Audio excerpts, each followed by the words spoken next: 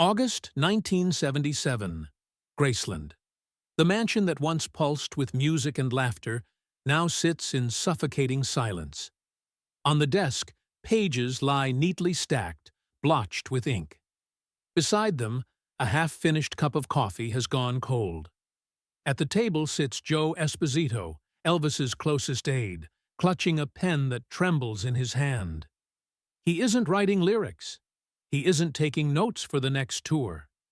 He is recording the words Elvis himself commands him to write. Words that sound less like reflections and more like farewells. The atmosphere is crushing. Before him sits not the dazzling king of rock and roll, but a man stripped bare, speaking as though time is slipping away. Each line cuts deeper, each pause heavier, until Joe realizes what he is truly capturing. This isn't just a letter. It isn't for the fans, nor the newspapers waiting outside the gates. It is the last voice of Elvis Presley, whispered in private, intended to outlive the legend. A document no one was meant to see, a side of the king the world never knew. And for Joe, the unbearable knowledge, he is holding Elvis's final message to humanity. Let us know where you're watching from. And we hope you enjoy the story. The summer heat pressed down on Memphis like a heavy curtain. Even the trees around Graceland seemed to droop under the weight of August, their leaves unmoving in the damp air. Inside the mansion, the atmosphere felt no lighter. The walls were filled with music, history, photographs, awards, and the memories of countless nights of celebration. Yet the house breathed an uneasy quiet, broken only by the occasional creak of floorboards or the hushed voices of staff passing through the hallways. Elvis had returned home from another stretch of performances, but his arrival was not marked by triumph. To the fans outside the gates, he was still the king, adored, untouchable, larger than life. They waited for a glimpse of him, shouting his name, holding cameras and banners with trembling hands. But once the gates closed behind him, the mask slipped. He walked with a slower step, his body heavier, his breaths shallow. The showman's glittering cape and rhinestones were gone. In their place were loose lounge clothes, slippers, and the sag of exhaustion across his face. The contrast was brutal. The world saw a legend at his peak, but he felt cornered, locked inside a body that no longer obeyed him the way it once had.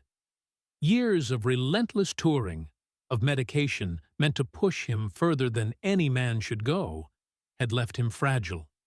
And yet, the pressure to perform, to always remain the dazzling figure they adored, never eased. J.O. Esposito, his longtime aide and friend, noticed the change immediately. He had grown used to Elvis's moods, the swings from wild laughter to sudden silence, the bursts of energy followed by days of seclusion. But this was different.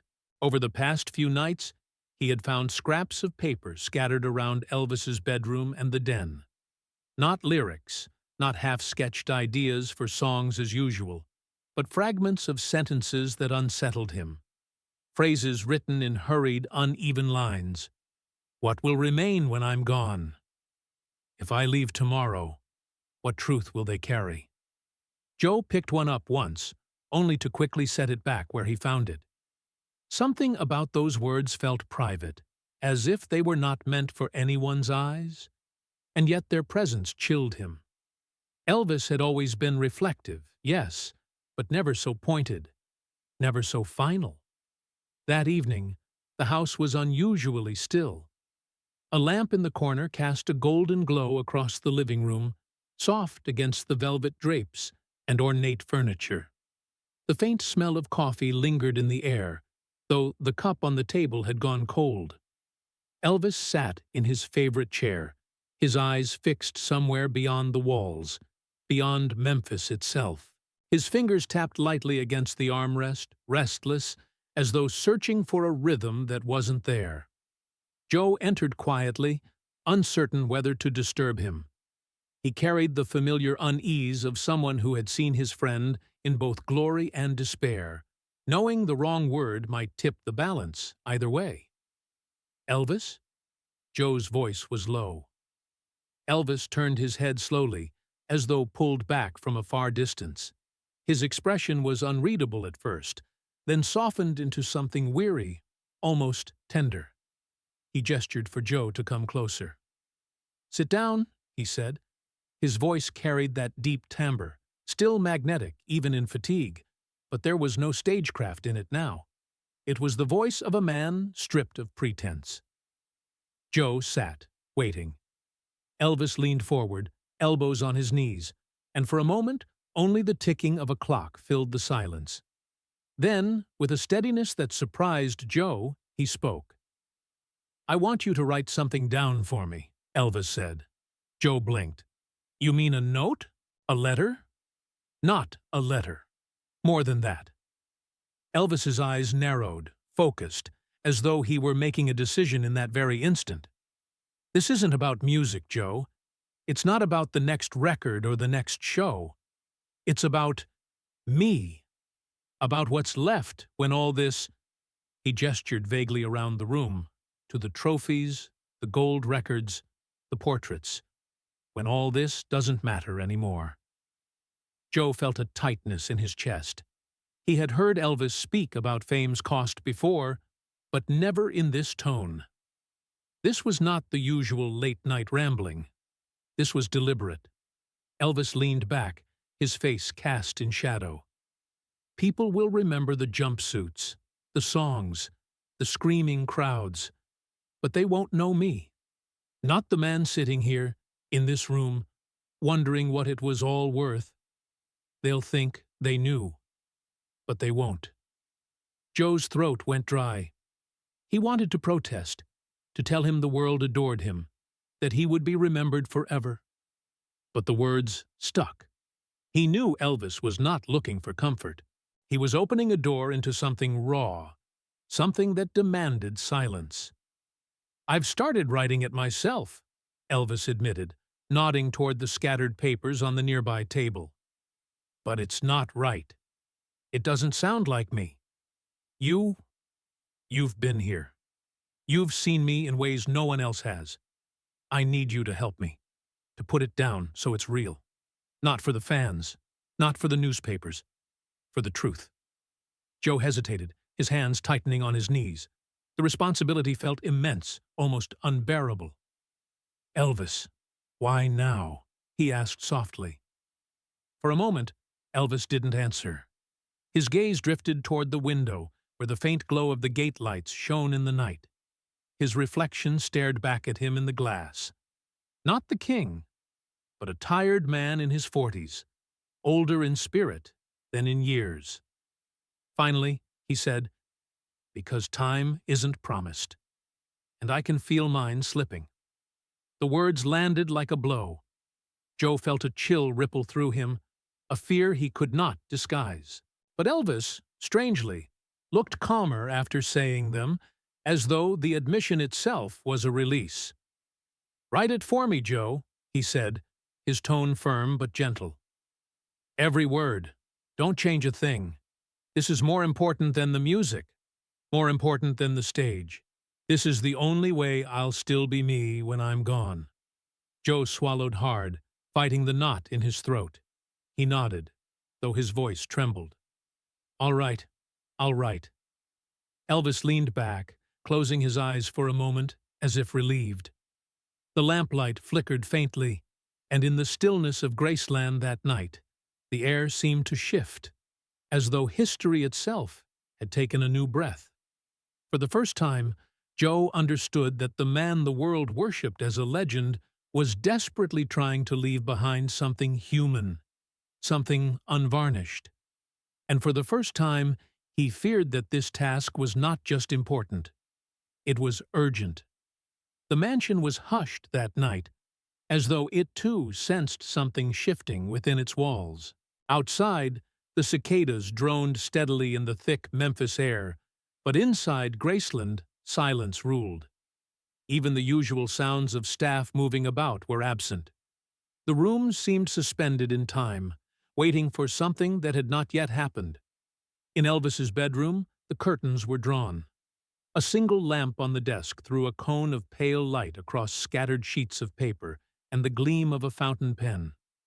The shadows stretched long across the carpet, and the faint hum of the air conditioning was the only noise besides breath. Joe sat opposite Elvis with a legal pad balanced on his knees. His hand was ready, pen poised, though he wasn't entirely sure what he was about to write.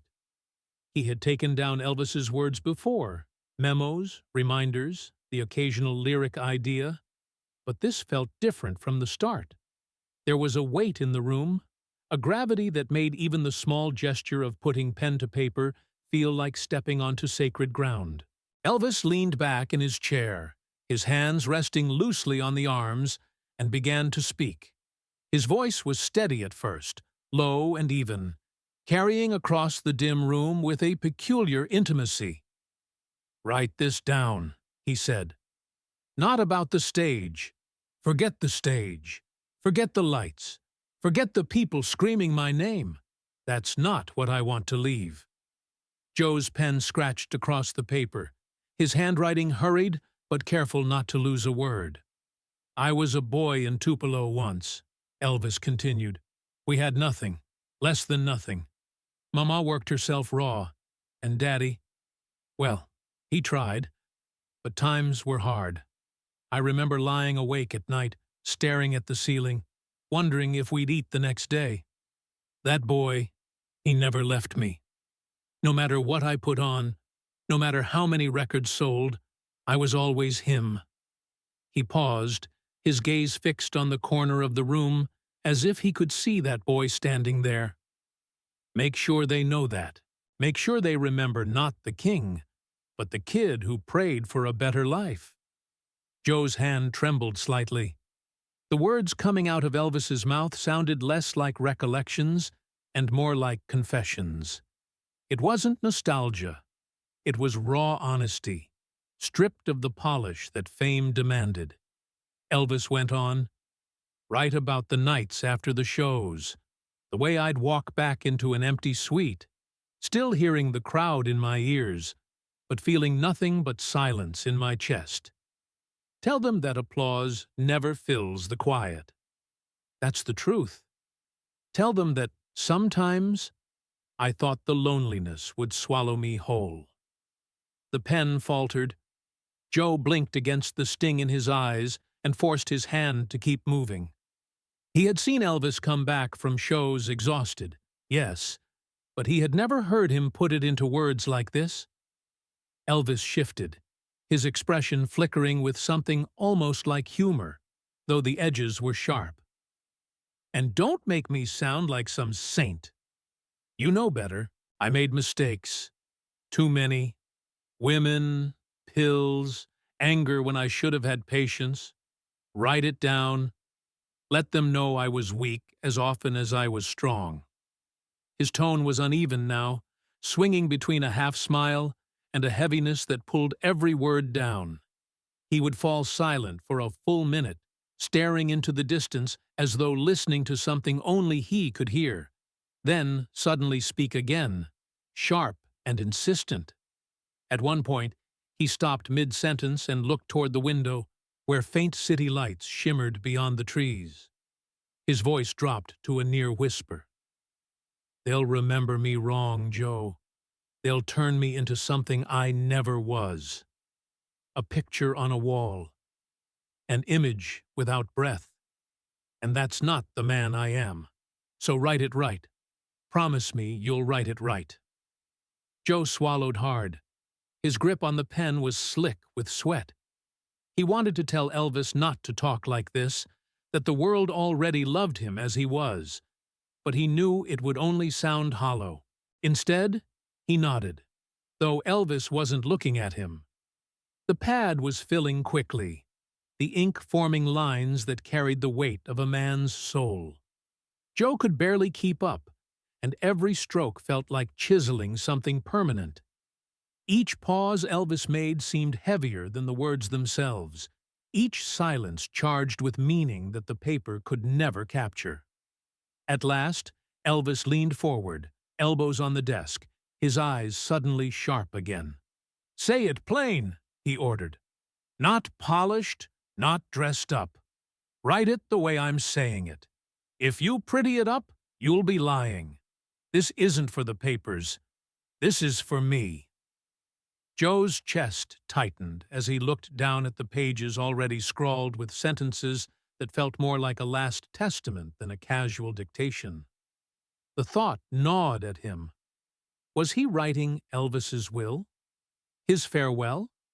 The word itself, farewell, was too much to even think. The minutes stretched into an hour. The room seemed smaller, as if the walls were inching closer with every truth Elvis released. The faint buzz of the lamp filled the silence between words. At times, Elvis chuckled softly, usually after admitting something he knew the public would never believe. At others, he would fall so still that Joe wondered if he would speak again at all. When Elvis finally broke another long silence, his eyes were locked on the dark glass of the window. "I've spent my life singing songs people thought they understood, but nobody really listened. Not to me, not to what I meant. They heard their own story in it, not mine. This," he tapped the desk near Joe's pad, "this has to be mine. You hear?" "I hear," Joe answered hoarsely. "Then don't let me down." The air seemed to thicken after that. Elvis leaned back once more, his breathing heavy but steady, while Joe bent over the pad, finishing the last line. The ink glistened wet under the lamp. His hand was cramping, his heart pounding in his chest. What lay before him on those pages was not music. It was not a speech or an interview. It was something entirely different. A man's attempt to seize control of his own memory before the world twisted it into legend. And Joe realized, with a clarity that sent shivers down his spine, that this was no rehearsal. This was a record of truth, and truth, spoken this way, carried the weight of finality. The house was so quiet, that night it felt almost abandoned. The staff had retreated, the phones had gone still, and the world outside Graceland seemed to belong to another universe. Inside Elvis's room, time slowed to the rhythm of his voice, broken only by the scratch of Joe's pen across paper. Elvis leaned back, his head resting against the cushioned chair, eyes half-lidded but sharp with thought. His voice, though calm, carried a deeper resonance than before, like something drawn from the marrow of his being. "You know what scares me most, Joe?" he began. "It ain't dying. People think that's what I worry about.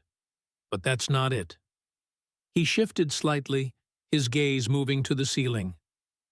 "What scares me is living in a world where I'm not myself anymore, where I'm on that stage, singing songs I don't feel, wearing clothes that don't belong to me, smiling when I don't want to smile.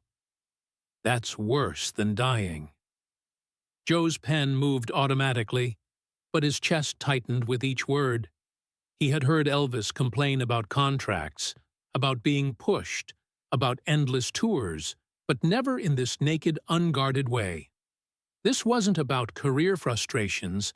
This was about imprisonment, the kind that left no bruises, but weighed heavier than chains. Elvis exhaled slowly, then leaned forward. His voice dropped. "Write this. The stage became a cage. They called it glory, but it felt like prison bars to me." Joe wrote, though his hand was shaking. The words didn't sound like something meant for paper. They sounded like something whispered at the edge of life. There was a pause. Elvis looked toward the desk, where a photograph of his mother still sat in its frame. His eyes softened. "And write this, too." For Lisa, Joe glanced up, startled. Elvis rarely spoke about his daughter this way, with such fragile urgency. Elvis's voice caught slightly, but pressed on. Tell her, tell her when she grows, she should know her daddy always wanted to be by her side. Even when I wasn't there, even when I failed her, I carried her with me. She's my blood, my breath. Write it plain. When you grow, Lisa, know that I wanted to walk with you every step. Even when I'm gone, I'll still be living inside you. Joe froze for a moment, his vision blurring. He blinked hard, fighting the surge of tears. The pen trembled so badly he had to steady it against the desk. His hand moved, but each word felt carved out of his own chest. Elvis noticed. He reached across the table, his ring catching the light, and placed a hand on Joe's wrist. Don't cry now, Joe. Don't do that! His tone was gentle but firm. Joe couldn't help it. A tear rolled down, smudging a corner of the page. He looked up, his throat raw. Elvis, it sounds like a goodbye. I can't. But Elvis shook his head, cutting him off. Number, it ain't a goodbye. This is me telling the truth while I still can. That's all. Don't make it more than that. His eyes held Joe's for a long moment, steady and unflinching. For once, the charisma that had electrified millions was nowhere to be seen. What replaced it was simpler, more devastating. A man pleading to be understood. Elvis released his wrist and sat back. His shoulders sagged as though carrying a weight invisible to anyone else. He rubbed at his temple and muttered, almost to himself, all the lights, all the money, all the noise, and none of it says who I am. But maybe these words will. The pen scratched again. Joe was no longer writing for Elvis the icon, the superstar who filled arenas. He was writing for the man across from him, whose voice was cracking under the strain of truths he had never dared to speak aloud. Another silence settled. The room felt charged, heavy with what had just been said. Elvis closed his eyes, inhaling deeply, then exhaling with a faint tremor. Promise me you'll keep this safe, he murmured. Not for the world, not yet. For her, for Lisa, for the ones who will need to know I was human, not just a headline. Joe wiped at his face, embarrassed by his own tears. He had stood beside Elvis through riots of screaming fans, through hostile reporters, through hotel corridors packed with people who wanted a piece of the king. He had faced chaos without blinking. But here, in the stillness of Graceland, with nothing more than Elvis's quiet voice filling the air, he was breaking. He forced himself upright, clutching the pad like it was scripture. I'll keep it, he said hoarsely. I'll keep every word. Elvis opened his eyes again, and for a fleeting moment there was a faint smile. Not the stage smile, not the practiced grin, but something small and genuine. Good. Then it's not wasted. The lamp flickered slightly, casting their shadows against the wall. The two figures sat facing each other, one man emptying his soul, the other struggling to capture it before it vanished. Outside, the night pressed close, as if the world itself held its breath. Joe looked down at the words he had written. They were uneven, some letters blurred where the ink had met a tear, others scratched hurriedly as if afraid to lose pace. Yet together, they carried a power he had never seen on any page before. These were not lyrics, not speeches. These were pieces of a heart most people never knew existed. He looked back at Elvis, whose eyes were now far away again, staring into a distance Joe couldn't follow. A chill crept through him. He realized, with a clarity that left him shaken, that he wasn't just writing down thoughts. He was recording a confession, and confessions, once spoken, could never be taken back. Elvis's voice came again, softer now, almost breaking. Truth's all I got left, Joe. And truth's the only thing worth leaving.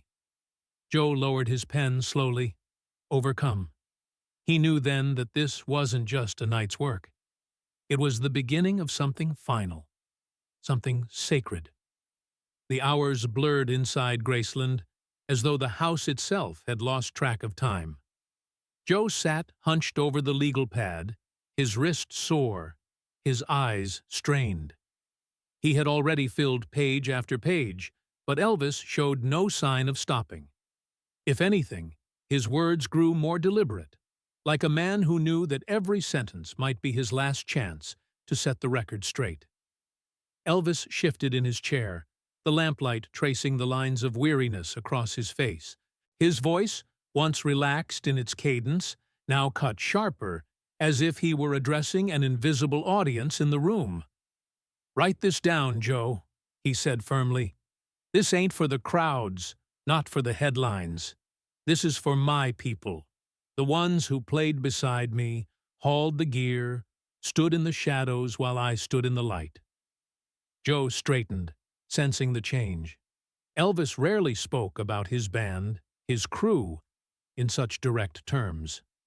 Gratitude wasn't foreign to him, but he almost never laid it bare. "I need them to know," Elvis continued, "that I didn't make this road alone. Too often I barked at them. Too often I pushed too hard.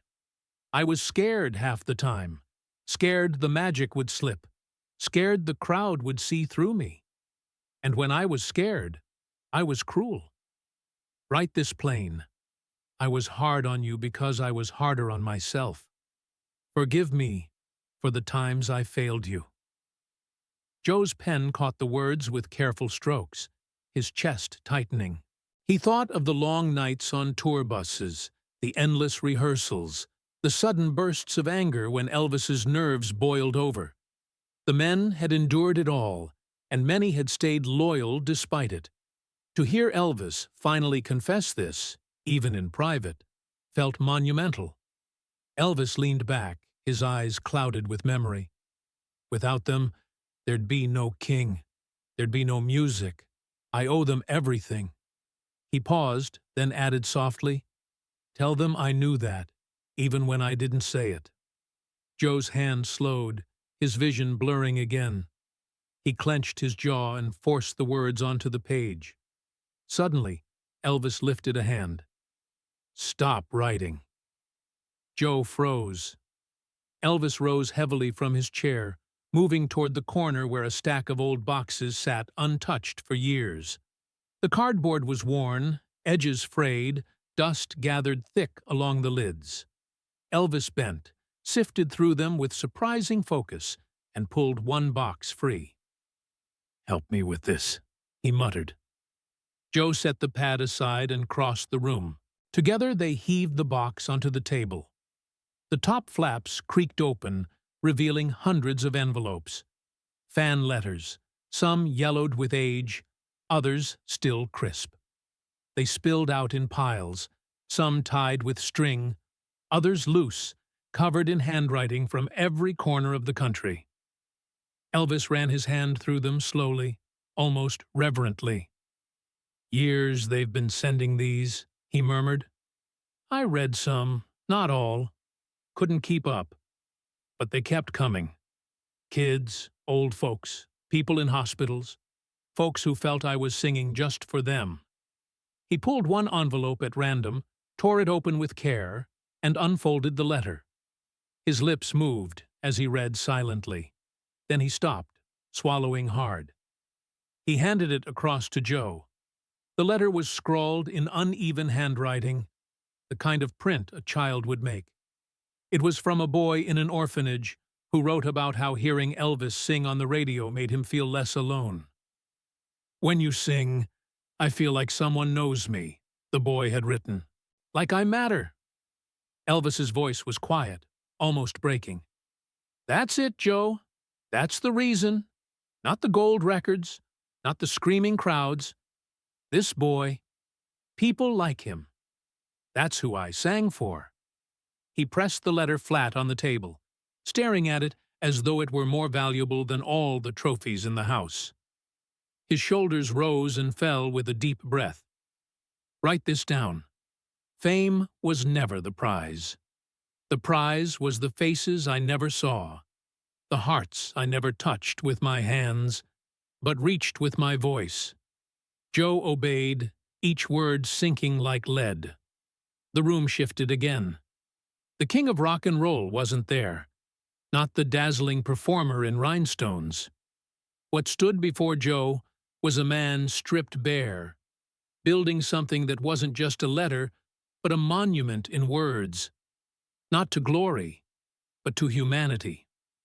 Elvis placed the letter gently back in the box, his hands lingering on it. Someday, when I'm gone, they'll make me into a statue, a record sleeve, an old photograph. They'll forget I was flesh and bone. But if they find these words, if they read them, maybe they'll see me clear. Maybe they'll know I was a man trying to give back what I'd been given. Joe's throat tightened so badly he couldn't speak. He simply wrote, the ink smearing slightly as his hand trembled. The silence returned, thicker now, filled with the weight of what had just happened. Elvis sat back down, his eyes glassy, and let out a weary sigh. "This ain't just a letter anymore," he said softly. "It's my memory, my way of being more than an echo." And with that, the room seemed to hold its breath again, as if every corner of Graceland knew that a truth had been spoken that would outlive them all. The clock ticked toward midnight, though neither of them seemed aware of the hour. The air in the room had grown dense, heavy with words that carried the weight of confession and memory. Pages of Joe's notepad now formed a thick stack on the desk, ink still glistening in places where his hand had not yet smudged it. He thought perhaps the night had reached its deepest point, that Elvis had said all he needed to say. But then Elvis's gaze shifted, darker, sharper, and Joe felt a shiver run through him before a word was even spoken. "You ever think about dying, Joe?" Elvis asked suddenly, his voice steady but strange, almost detached. The question dropped into the silence like a stone into deep water. Joe froze, his pen hovering above the page. Not much," he admitted. "Not the way you're talking now." Elvis gave a slow nod, his eyes narrowing. "I think about it more than I should. Not because I fear it. No, death doesn't scare me. What scares me is what happens after. Not where I'm going, not heaven or hell, but what they'll do with me once I'm gone." Joe gripped the pen tighter, his knuckles white. He knew better than to interrupt, so he let Elvis continue.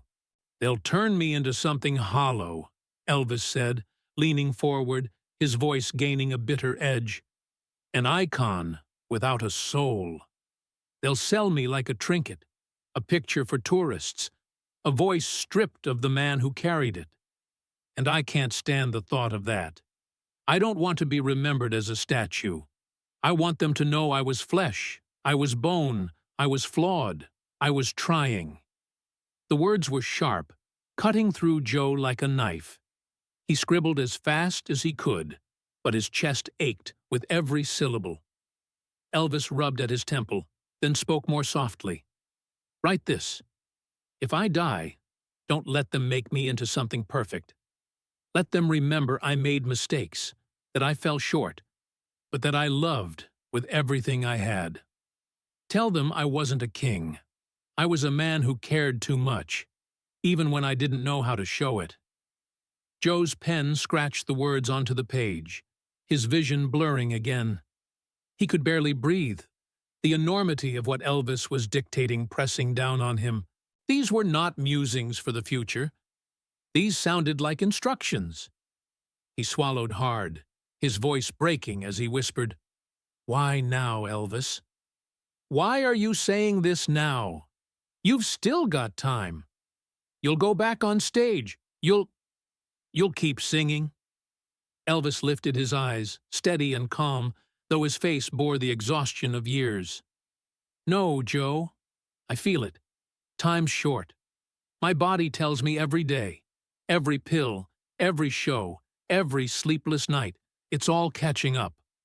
I'm not afraid of the end. I just don't want my story stolen from me. That's why we're writing this. This is my only right to the truth." Joe felt the words slam into him. His chest tightened, and for a moment he could hardly hold the pen. He wanted to stand, to shout, to tell Elvis to stop talking like this, to fight against the tide of inevitability creeping through the room.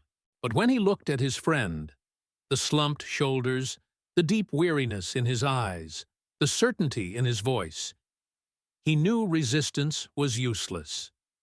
Elvis was not speculating. He was declaring. The silence that followed was suffocating. The air conditioner hummed faintly, and outside, the chirping of night insects carried on as if nothing were amiss. Inside, however, it felt like the world had narrowed to a single point. The man across from Joe, speaking his own epitaph. Elvis leaned back, closing his eyes. His breathing slowed, and for a long moment Joe thought he had drifted into sleep.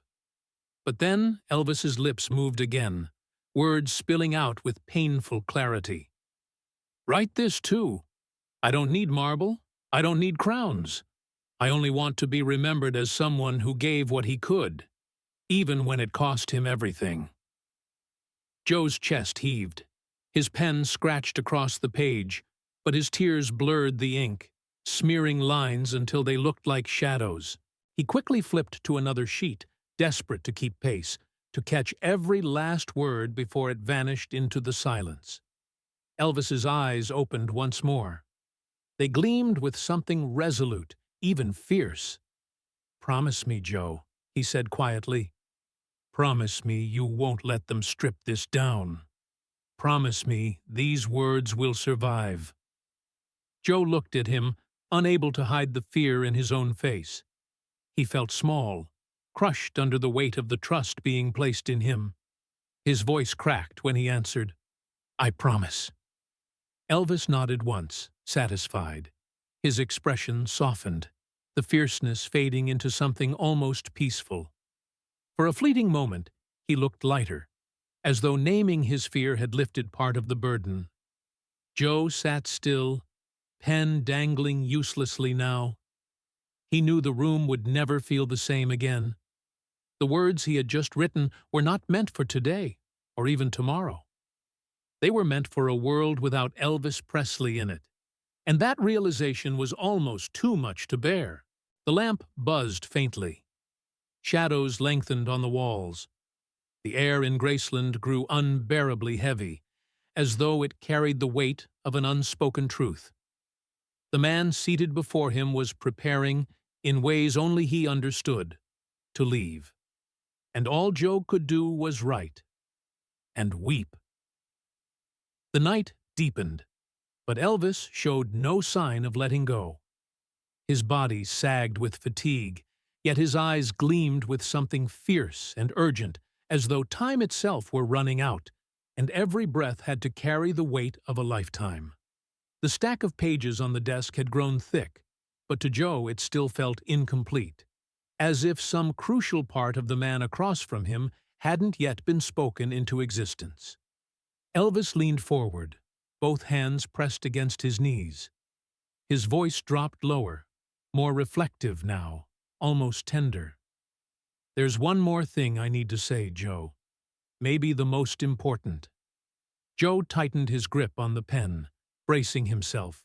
"I dreamed of something different," Elvis began, the words slow, deliberate. "All these years, the lights, the costumes, the screaming crowds, they wanted me to believe that was living. But in my heart, I wanted something simpler. A stage with no glitter, no fire, no showbiz. Just me, a guitar, maybe a piano, a room small enough that I could see the whites of their eyes, a few hundred people, no more, every note honest, no lies between me and them." His voice trembled slightly, not from weakness, but from longing. "That was my last dream, Joe. A tour stripped bare. No circus, no illusions, just truth in music. If I ever had the chance, That's how I'd want to leave this world, not in gold and rhinestones, but in sweat and silence, singing as if it was only for one soul listening.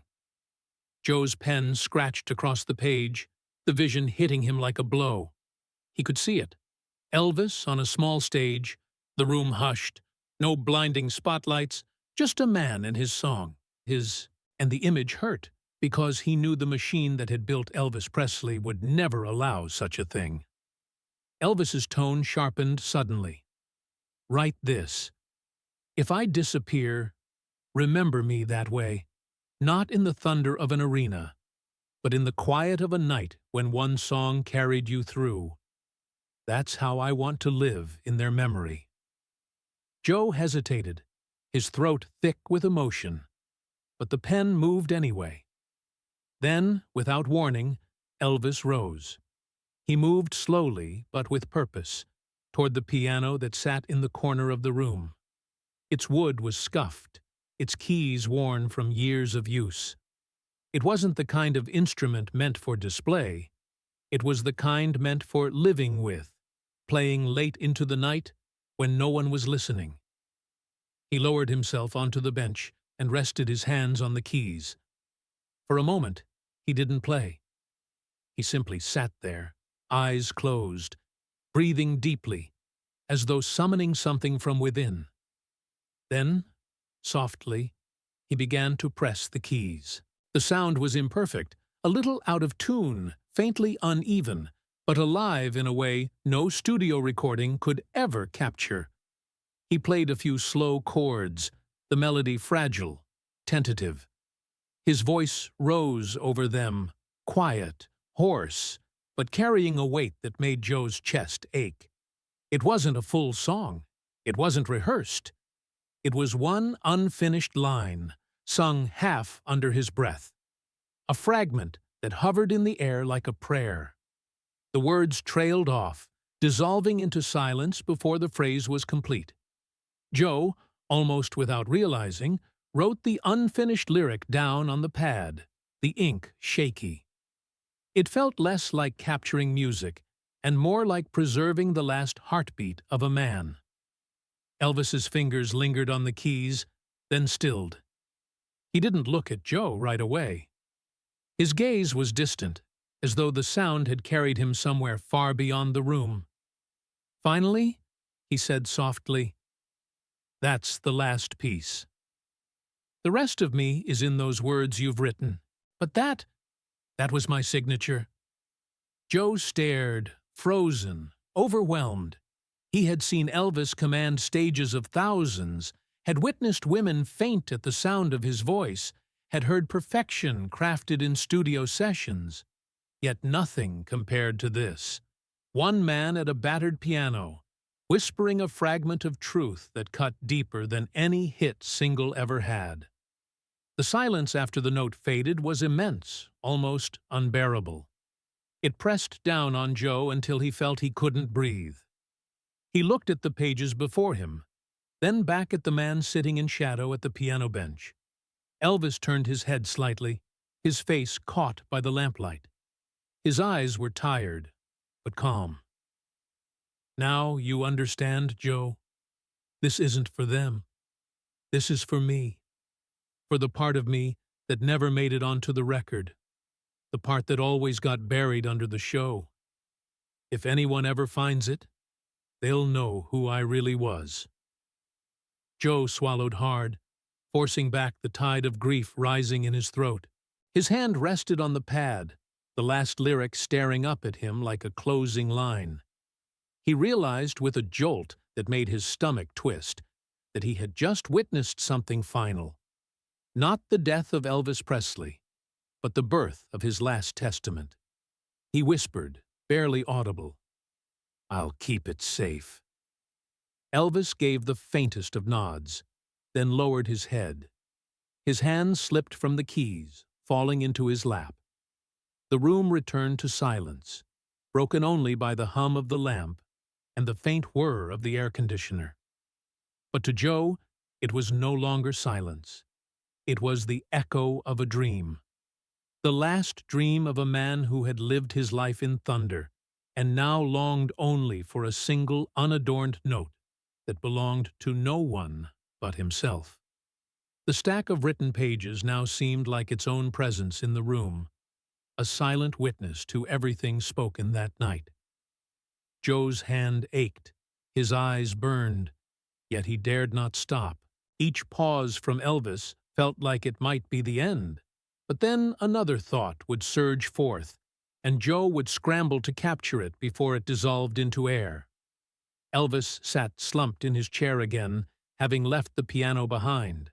His face glistened faintly with sweat, though the air conditioning hummed on. His body was tired, but his spirit refused to be still. He closed his eyes briefly, breathing in slow, heavy pulls, then opened them with sudden force. "Don't put the pen down yet," he murmured. "We're not finished." Joe frowned, worried. "Elvis, you're worn out. Maybe we can—" But Elvis cut him off with a shake of the head, voice rising with an iron thread of determination. "Number. While I'm still here, the words have to live. Don't you see? Once they're written, they can't be taken back. That's the only way I stay real." Joe hesitated only a second, then bent forward again, pen ready. Elvis straightened, his tone shifting into something deeper, almost reverent. "Write this. My faith never left me. Through the noise, the glitter, the sins, I was still that boy from Memphis who sang in a church pew, praying the roof would shake with voices. That's the truth of me." Joe's chest constricted as he wrote. He could almost hear the echoes of that childhood church, the raw harmony of gospel filling the rafters, a young Elvis clutching the notes as though they were lifelines. Elvis's voice grew stronger, as if carried by the memory. "People thought the love songs were just about women. They thought the rock numbers were just about heat and flesh. But the truth is, Joe, every song I ever sang was a cry upward, even the ones they called sinful. They were prayers disguised as melodies. They were me talking to God, even when I didn't realize it." Joe paused for half a breath, stunned, before his pen caught up. The words on the paper glowed with a weight he could not describe. The room shifted. A stillness descended so complete that Joe could hear his own heartbeat pounding in his ears. Even the cicadas outside seemed to fade. Elvis's voice, low and raw, filled the vacuum. "Write this too. I know I sinned. I know I failed. But every note was my way of reaching for forgiveness." Joe's hand trembled as he wrote. A chill passed through him, as though the room had been transformed into something sacred. It felt no longer like a bedroom in Graceland, but a chapel where only two men bore witness to a confession meant for eternity. Elvis leaned back, his chest rising and falling with effort. His eyes glistened in the dim light, though he did not blink them clear. "All these years, they thought I was singing to the women in the front row, but I was crying out to someone else. And if this is my last chance, I want that truth on paper. Promise me it will be there." Joe lowered his pen for just a moment, overcome. His throat felt raw, his body heavy. He whispered, "It's there, Elvis. Every word. I swear it." Elvis nodded faintly. A silence followed, stretching long, so long that Joe wondered if the moment had ended. But then Elvis's lips moved again, barely audible. "You hear that, Joe? You hear the quiet?" Joe listened. The room was utterly still. "That's the storm coming," Elvis said. His tone carried no fear, only recognition. "The quiet always comes before it." The words lodged in Joe's mind, sending a chill down his spine. He looked at his friend, at the weary but unwavering figure before him, and realized he was watching a man speak not only to him, but to time itself. The pad of paper lay heavy on Joe's knees, the ink glistening darkly under the lamplight. Each line etched onto it now felt eternal, as though carved in stone. He tried to steady his breathing, but the weight of what he was recording pressed him into silence. Outside, the night pressed close against the walls of Graceland. Inside, the two men sat suspended, as if even time had paused, holding back the inevitable. Joe realized then that he was not just listening to words. He was listening to a soul bracing itself for its last reckoning. And in the vast, charged silence, he understood why it felt like the air itself was waiting. The storm was already on its way. The night had pressed on until the hours lost their meaning. Joe's pen had slowed, not from lack of will, but from sheer exhaustion. His hand throbbed, the muscles cramping after page upon page of hurried writing. Yet every time he thought Elvis was done, another thought rose from him, as if some inner tide refused to recede. But then, in an abrupt shift, Elvis leaned back in his chair, exhaling heavily. His voice was hoarse, the words dragged out as though his strength had finally betrayed him. "Enough, Joe. That's it. We'll finish the rest tomorrow." The silence that followed was startling. For the first time all night, the space between them wasn't filled with dictation, memory, or confession. It was just stillness. Joe lowered his pen slowly, uncertain whether to trust it. He stared at the stack of pages, each line heavy with truths no one else had ever heard, and for a fleeting second, he felt relief. Relief that maybe his friend could finally rest. Elvis rubbed his eyes with both hands, the gesture weary, almost childlike. "Tomorrow," he repeated softly, as though convincing himself as much as Joe. But tomorrow never came. The next morning, Elvis did not return to the desk, nor did he ask Joe to pick up the pen again. The words remained unfinished, a document without a final line. And that incompleteness haunted Joe more than any flourish of conclusion ever could. Later that day, Joe sat alone in his room with the pages spread out before him. The handwriting was uneven, blotched in places where his tears had smudged the ink. Some sentences trailed into fragments, some thoughts cut short, never expanded upon. The whole thing read less like a polished statement, and more like a living, breathing soul interrupted mid-sentence. And yet, perhaps that was the point. Perhaps life itself was always left unfinished. That evening, Elvis shuffled into the den where Joe was sitting with the pages. He looked pale, worn, but his eyes carried an unusual clarity.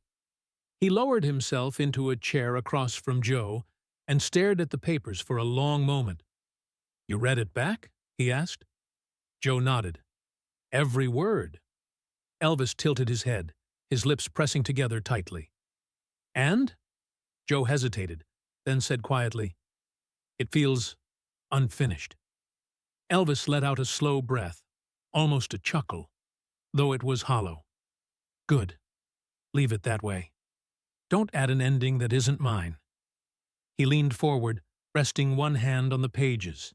His fingers trembled slightly, the rings catching the light.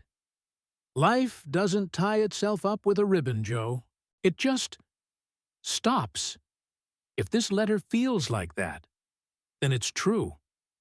Joe swallowed, nodding though his chest ached. Elvis's eyes softened, though the weight in them remained. "And hear me on this, Joe. This letter isn't for the magazines, or for the crowds outside those gates. This is for the ones who really cared. For Lisa. For the few who will ever need to know me beyond the glitter. If they find it someday, they'll know I wasn't a ghost or a myth. I was a man." The words struck Joe with a force he could barely contain.